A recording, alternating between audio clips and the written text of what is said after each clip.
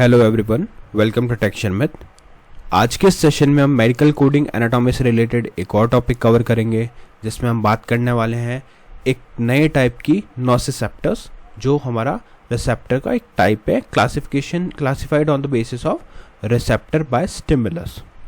ठीक है, इससे पहले हमने और भी बहुत सारे रिसेप्टर्स को स्टडी किया है और अब हम उसी को कंटिन्यू कर रहे हैं, उस सीरीज को जहां हम बात करने वाले हैं नोसिसेप्टर्स के बारे में, जिससे हम बोलते हैं पेन रिसेप्टर्स। ठीक है, तो इस सेशन में हम डिटेल में समझेंगे क्या होता है नोसिसेप्टर्स और पेन रिसेप्टर, कैसे ये वर्क करता है, क्या क्या इसके टाइप्स होते हैं और कैसे ये ह्यूमन बॉडी को ऑपरेट करता है, ह्यूमन बॉडी में ये कैसे ऑपरेट होता है। ठीक है, तो ये सारी चीज़ें इस सेशन में डिस्कस करेंगे। बट सेशन शुरू करने से पहले जस्ट एक रिकमेंडेशन है कि अगर अभी तक आप लोगों ने पहले वाले सेशंस नहीं देखे हैं तो आप पहले उनको देख लो, क्योंकि ये जो पूरी प्लेलिस्ट है एक प्रॉपर सीक्वेंस और सिंक में है। तो अगर आप उसको सीक्वेंशियली फॉलो करोगे तो और भी ज़्यादा इजी रहेगा आप लोगों के लिए ऑनगोइंग टॉपिक को समझना और उसको इम्प्लीमेंट करना। उसके लिए आप लोग टेक्शन में डिजिटल कोर्स बुक को भी रेफर कर सकते हो, जो फ्रीली अवेलेबल है आपके डिस्क्रिप्शन बॉक्स में। वहाँ पे आपको थाउजेंड्स ऑफ सेशंस मिलेंगे, हिंदी और इंग्लिश दोनों लैंग्वेजेस में, और एक पर्टिकुलर टैब मिलेगा जहाँ आपको सारा कंटेंट मेडिकल कोडिंग का पूरा सीक्वेंस रोड मैप स्ट्रक्चर में मिल जाएगा। ठीक है, तो जब जो भी आपके लैंग्वेज प्रेफरेंस हो उस अकॉर्डिंग आप कंटेंट कंज्यूम कर सकते हो, और अगर आपको वहाँ पे कोई भी क्वेरी या क्वेश्चन आता है तो डायरेक्टली मुझे कमेंट सेक्शन में पूछ भी सकते हो। ठीक है, तो स्टार्ट करते हैं सेशन और देखते हैं क्या है नोसिसेप्टर्स। डेफिनेशन वाइज यहाँ पे मैंने लिखा हुआ है, nociceptors are sensory receptors that detects potentially harmful stimuli.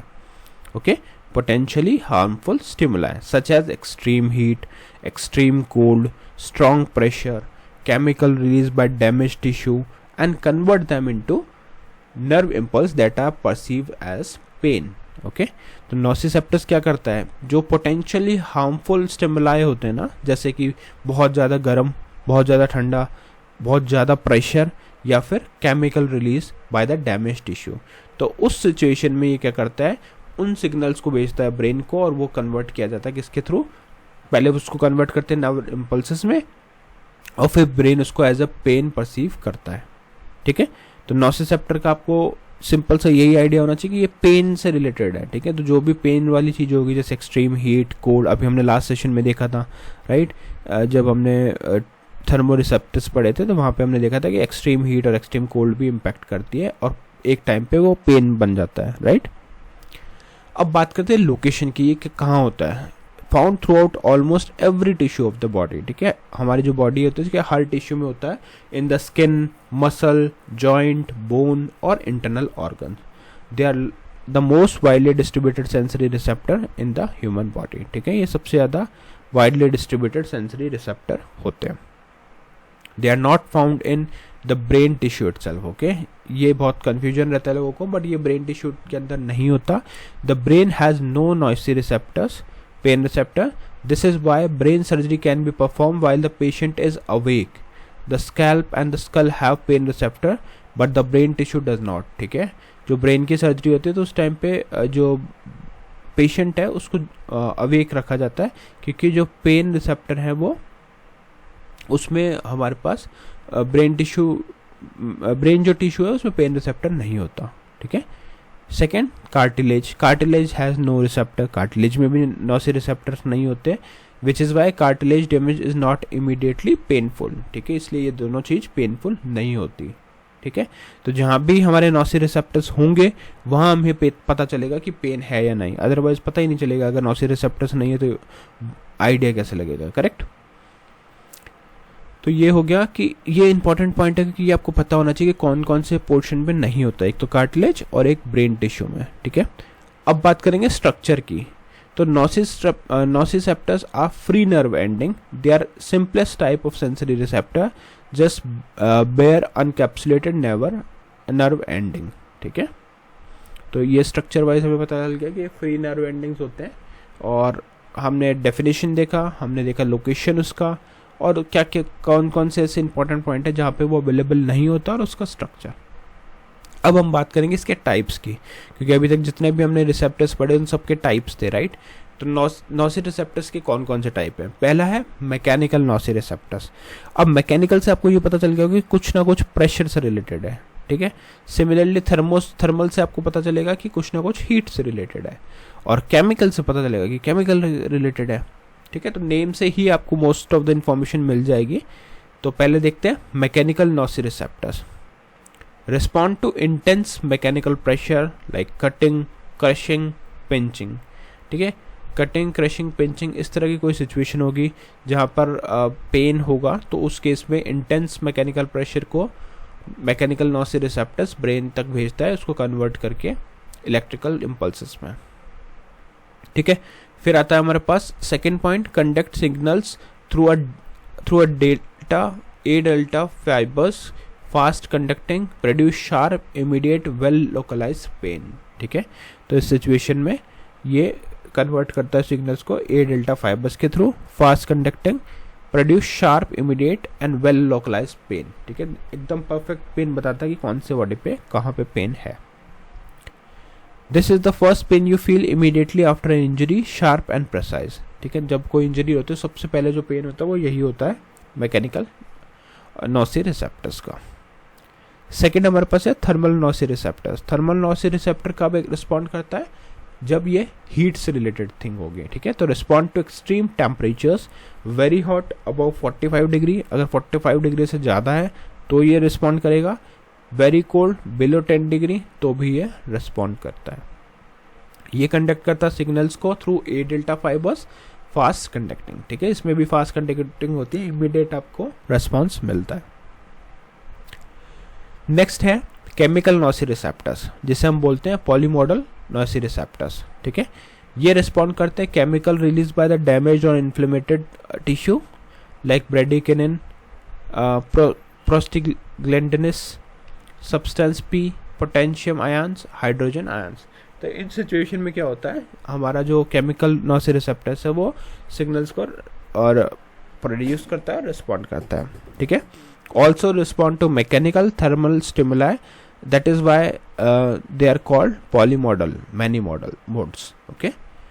ये थर्मल और मैकेनिकल नोसिरिसेप्टर्स को भी रिस्पॉन्ड करता है, ठीक है। मैकेनिकल चेंज या थर्मल चेंज होता है तो भी ये उस स्टिमुलाई को भी रिस्पॉन्ड करता है, इसलिए हम इसको बोलते हैं मैनी मॉडल्स, ठीक है, क्योंकि ये बहुत सारे मॉडल्स को रिस्पॉन्ड करता है। Conduct signals through C fibre, slow conducting, produce dull, aching, burning, poor localise pain, ठीक है। तो ये कंडक्ट करता है क्या, सिग्नल्स को सी फाइबर्स के थ्रू, स्लो कंडक्टिंग होती है इसमें, प्रोड्यूस डल, एकिंग, बर्निंग और पुअर लोकलाइज पेन, ठीक है। इसमें बर्निंग होता है, डल होता है, एकिंग होता है और पुअर लोकलाइज पेन होता है। तो कई बार ये भी क्वेश्चन होता है कि कौन पुअर लोकलाइज पेन प्रोड्यूस करता है और कौन फास्ट लोकलाइजिंग पेन यानी शार्प लोकलाइजिंग पेन को प्रोड्यूस करता है। तो ये आपको आइडिया होना चाहिए। This is the second pain, the dull throbbing ache that follows after the initial sharp pain, ठीक है। जो शार्प पेन के बाद में जो होता है उसे हम बोलते हैं केमिकल नोसिरिसेप्टर पेन, सेकेंड पेन, ठीक है। अब कुछ इस पेन को डिफरेंशिएट करके देखते हैं एक बार कौन कौन से टाइप के पेन्स होते हैं। या मैंने टाइप ऑफ पेन, उसका डिस्क्रिप्शन, उसका फाइबर टाइप लिखा है, ठीक है। पहला है acute pain, immediate sharp well localise felt right after the injury, जो इंजरी होती है उसके तुरंत बाद जो होता है उसे बोलते हैं acute pain, A delta fibres.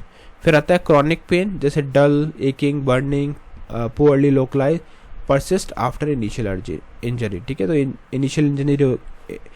Initial injury के बाद में जो पेन परसिस्ट करता है उसे हम बोलते हैं क्रॉनिक पेन, सी फाइबर्स।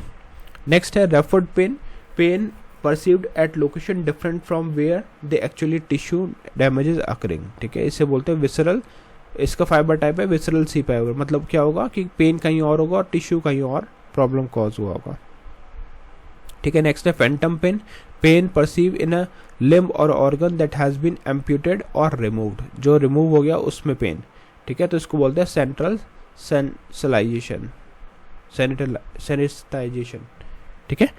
तो ये सारे डिफरेंट टाइप्स के पेन, उनका डिस्क्रिप्शन और हमने फाइबर टाइप लिखा।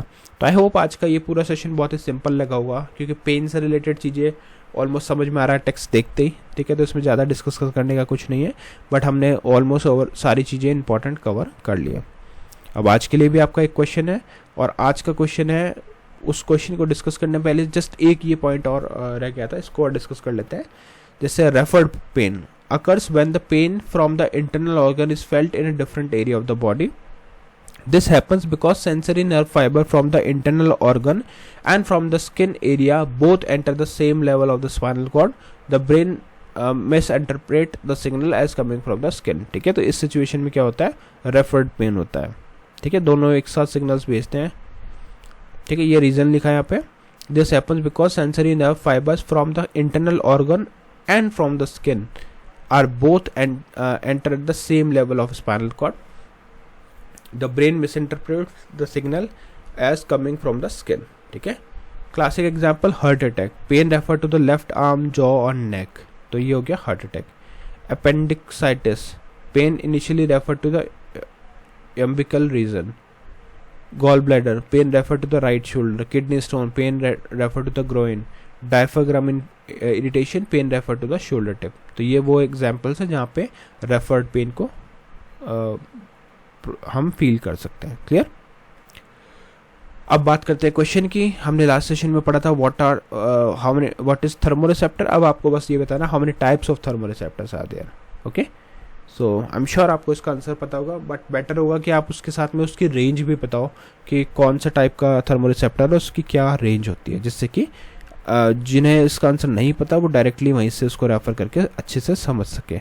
और साथ में जब आप लोग कंसिस्टेंटली आंसर शेयर करते हो तो उससे मुझे टाइमली नोटिफिकेशंस मिलते रहते हैं इन सेशंस की सीरीज़ के लिए, और उन्हीं नोटिफिकेशन के बेसिस पे फिर मैं बाकी सेशंस को रिलीज़ करता हूँ. तो जितने ज़्यादा कमेंट्स होंगे उतने ज़्यादा नए सेशंस आपको मिलते रहेंगे. ठीक है, तो आई होप आज का ये सेशन क्लियर है. Please do share your knowledge and कुछ भी अगर आपको क्वेश्चन आता है तो feel free to reach out to my comment section. और इस सेशन के लिए इतना ही था. नेक्स्ट सेशन में हम बाकी टॉपिक डिस्कस करेंगे. तब तक आप लोग टेक्सचर में डिजिटल कोर्स बुक को रेफर कर सकते हो जो फ्रीली अवेलेबल है डिस्क्रिप्शन बॉक्स में. वहाँ पे आपको थाउजेंड्स ऑफ सेशंस मिल जाएंगे. ठीक है, तो yeah, that's all for today. See you in the next session with new topics. So thank you for watching TechShare.